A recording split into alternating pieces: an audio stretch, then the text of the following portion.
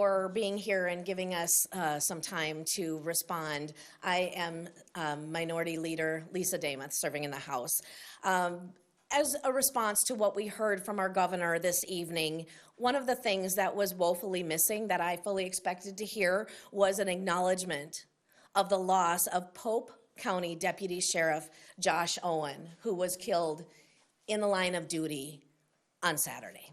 And that was definitely missing, and I would have thought that we would have heard that. But as far as the details and what was brought forward from our governor, you know, on the campaign trail last summer and fall, what we heard from Minnesotans is that Minnesotans were looking for tax relief, and knowing that we had a $17.5 billion surplus, Minnesotans were expecting to see some of that earlier in session as soon as we got back, more of it.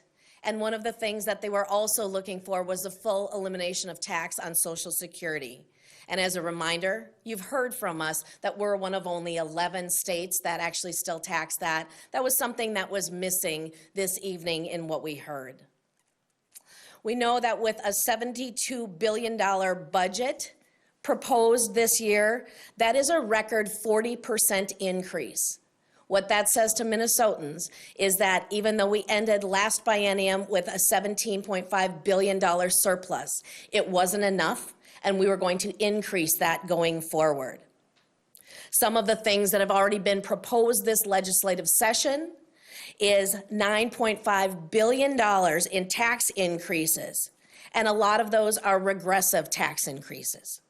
Metro area sales tax to fund transit projects, a 75-cent delivery tax on all retail deliveries and prepared food, massive hikes in license tab fees, and even raising fees for what we in Minnesota enjoy doing, visiting our state parks, fishing, and boating.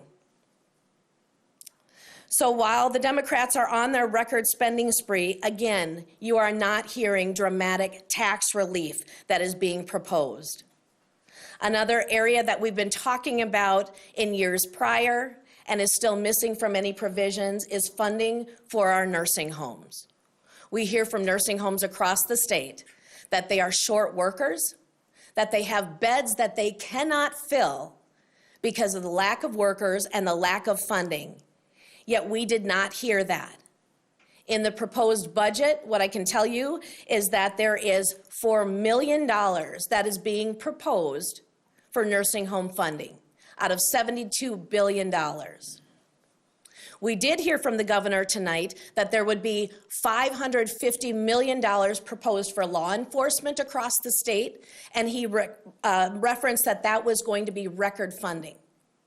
What I can tell you is our state office building has a proposal that has been approved for a renovation and an expansion of $500 million.